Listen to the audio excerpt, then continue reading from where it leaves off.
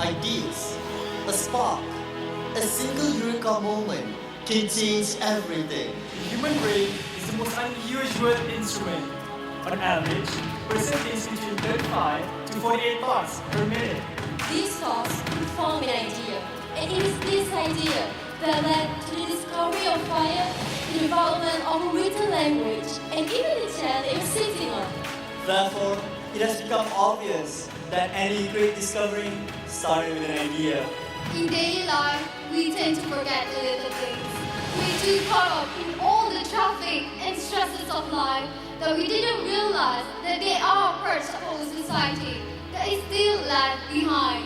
A part that we don't necessarily see, but trust me, is there. We are Enactus Universiti Tenaga Nasional KSHAS. We are always passionate about ideas. Just for almost 2 decades, we found that a spark of idea could change someone's life forever. Good evening, everyone. I'm Ian, and I have an idea. I'm Ezrin. An idea begins with an inspiration. I'm Zaid. Ideas bring progress to the human race. I'm Nabil. Ideas brought us all here today. And I'm Liana. With all that has been said, ideas are pretty awesome. Our techies on this side, our reporting team, and the rest of the team at the back, we brainstormed, we discussed, and we came up with 8 projects to help make a change to the world.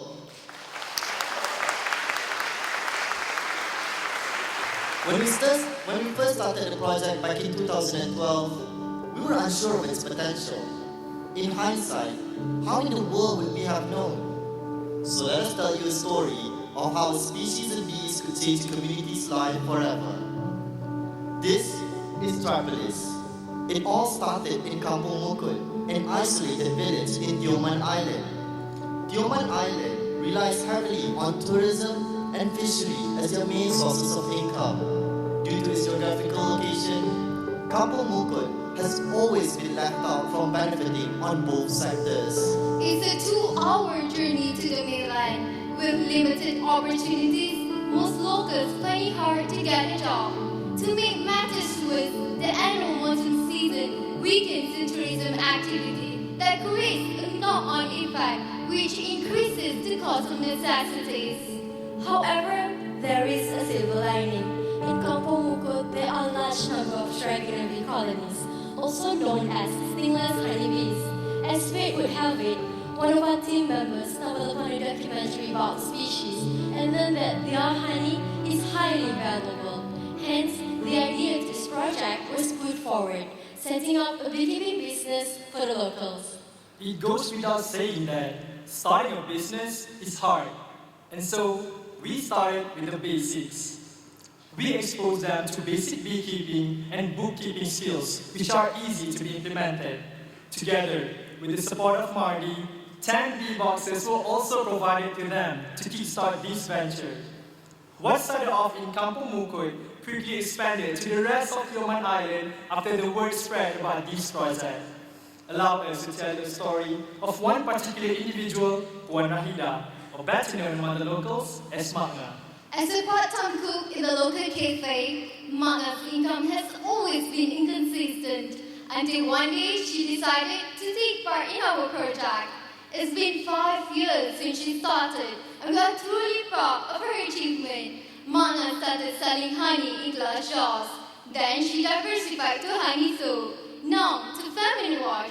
Her monthly income jumped from 650 to 1,800 ringgit, triple the amount that she earned. Before this, she can't even afford to send her 2 daughters to college. But now, she's proud to see that she can. Tripolis has benefited not just one individual in Tioman Island, but communities from 6 villages. To educate more people, we established a bee sanctuary in Kampung Jora.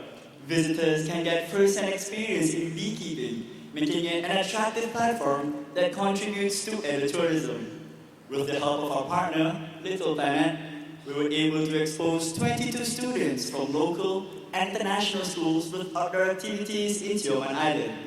This program creates awareness among the students on the subject of stingless honeybees and its values. Back in 2015, we receive a grant of 94,000 ringgit from Ministry of Science and Technology, mostly to Nano Malaysia Berhad. This grant will enable us to implement a new innovation in the form of nanotechnology to the use of nanocoating. Nanocoating protects the bee boxes from fungi and microbes, which is a common issue in this venture. After 2 years of utilizing nanocoating, we have seen tremendous results, and cases of fungi and microbe is now almost non-existent. Nanocoating, among others, increases the productivity of the bee by helping them patch up micro holes, which in turn expedite their work and help increase honey production. Even though chocolate in Oman was a hit, we didn't stop that. We wanted to impact more people through this venture. We hunkered down, put our thinking caps on, and started working for an expansion for this project. Now, let us take you to Sabah, a beautiful state with diverse cultures and traditions. A tourism magnet welcoming millions of tourists every year. However, there's another side of Sabah that is often overlooked, where the urban and the rural communities has a huge socioeconomic gap due to the high cost of living. This is a story of how we started Travelers in Sabah. We decided on a remote village near the foot of Mount Kinabalu, Kampung Lokau Lama, about an hour's drive from Kota Kinabalu. We came in December 2015 with this bold idea to increase awareness of the locals about the values of stingless honeybee. You see, the locals knew about Triana bees and its honey, but little did they know about the values of it. This is where we came in. The idea of this project is simple and highly scalable. With the help of Nano Malaysia Berhad, we pitched the idea of beekeeping as a means for them to improve their livelihood. One of the first villages who showed interest was Anik. Anik used to work multiple jobs to support his family of 5. He started off with only 2 bee boxes that we provided last year. Now, he is a proud owner of 3 bee farms, managing a total of almost 2,000 bee boxes. With acquired knowledge and experience, he is now a competent beekeeper and beekeeping expert, acknowledged by Mardi. Within a year, he had already conducted 6 beekeeping courses, with an average of 75 students per course. This course uses the same structure that we provided to him at the beginning of this project. As the saying goes, what you give, you get back. We're constantly inspired by him. The course that he organized followed the structure from RD, which consists of 2 models, basic and advanced. The basic model covers the theoretical and practical aspects of beekeeping management.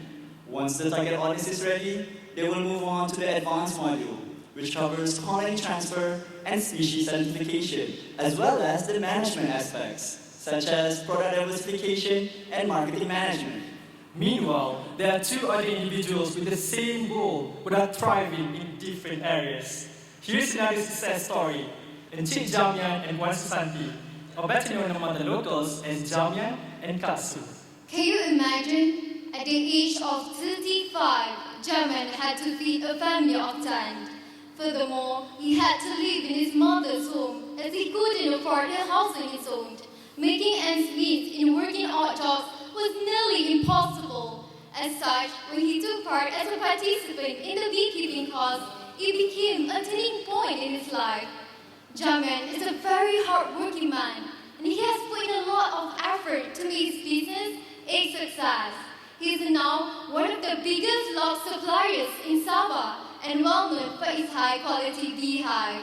Now, he is a proud homeowner, and with consistent source of income, he is able to take care of his family.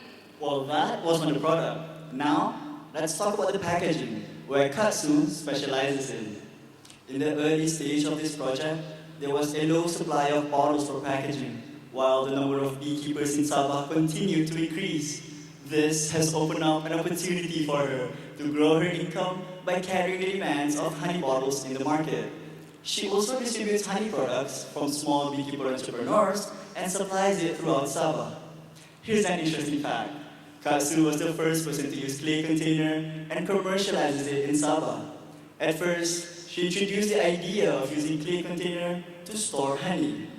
This method is a simplified filtering process which absorbs excess water content and filters impurities to prolong its shelf life. With all of this, it connects the dots in the stingless honeybee industry, where we link our target audience with knowledge and technical expertise in the supply chain. Remember the grant that we mentioned earlier? This year, we received another grant from MOSTI through Nano Malaysia Berhad, amounting to almost 300,000 ringgit. This will further enhance the growth in Tioman and Sabah. To bring greater impact, we sought opportunities elsewhere. Then came the idea of expanding to Sarawak and Kedah. Based on our collaboration with Nano Malaysia Berhad, we have signed a memorandum of agreement with them, witnessed by Yang Berhormat Datuk Seri Panglima Majlis Tangau, Minister of Science, Technology and Innovation MOSTI. This agreement has reaffirmed our collaboration with them. The stingless honeybee market in Sabah was virtually non-existent before we started this venture there. After only 2 years, the market has grown exponentially and is quickly becoming a very profitable industry. However, there is an issue of artificial honey. Through our collaboration with Nano Malaysia Berhad, we were asked to be involved in the formation of a stingless honeybee standard. Let's hear what the CEO of Nano Malaysia Berhad have to say. Of Enactus Uniten KSHAS, the project itself. They will always use this as a benchmark in your project. Because it all started with the discussion started with your involvement at WB. And of course, it started way before that in your mind. Without this, the standard will not be in place. So you can consider yourself as a catalyst. This standard provides guidelines and procedures for beekeepers when producing honey. It will also help to assure consumers and increase awareness on the issue of artificial honey in the market. Track for this is obviously not an overnight project. It took us 5 years to get to where it is today. Let's hear what our audience and the Minister of MOSTI have to say. Rasa saya tak boleh bayangkan macam mana yang ada sekarang ini kalau bukan karena penduduk. Dan saya berterima kasihlah kepada pihak program Enactus Uniten ini karena memberi banyak tunjuk ajar dan semangat kepada saya untuk terus berusaha menternak penduduk ini sehingga pada hari ini saya dapat merasakan nikmat hidup yang agak sederhana, agak sempurna untuk keluarga saya. On behalf of MOSTI, I would like to congratulate those involved in the implementation of the Tripolis project involving Malaysia and Enactus for having successfully completed the project. And I also want to show appreciation and express my gratitude the team for the impact that it has created in the community. Enactus has provided a platform for us to be part of sustainable development goals. The vision to create aspiration for the people to reduce extreme poverty, inequalities, and climate change by 2030. We are proud to say that Tripolis is aligned with 4 out of 17 United Nations global goals. Here's the results. The number of bee boxes increased from 1,800 last year to more than 3,800 this year, Harvesting a total of 3.4 tons of honey. We generated a revenue of almost 1.6 million ringgit with a net profit margin of 78%. This year, our objective to go global took its first step when we exported a total of 120 kilograms of honey to Brunei, India, and Belgium. This is what a good idea, coupled with a great team and excellent support could lead to. We are excited for the future as there are more projects currently in the pipeline. Passage started with the idea of upcycling excess cloth to improve housewives' income in rural area. Paradigm started with the idea of poultry farming to provide job opportunities for unemployed youth. Doctrine started with the idea of doing agricultural project to improve livelihood of community. The conception of an idea may be complex or ambiguous. It may be hard to execute. But we'll never know if we never try. Only through this, ideas flourish. Our ideas were inspired to help our target audiences, but now we have strived to improve their livelihoods and at the same time providing an avenue for their development. Imagine just 5 years ago, if it wasn't because of an idea, all of this would never have happened. We are Enactors. We come from different backgrounds with different viewpoints, encountering different situations, connecting different ideas towards achieving the same goals. These schools wake us up every morning to continue striving, to keep doing what we're passionate about while making a difference. Just say it, a flash of brilliance, realizing dreams, or a better tomorrow. But all of this started with just an idea.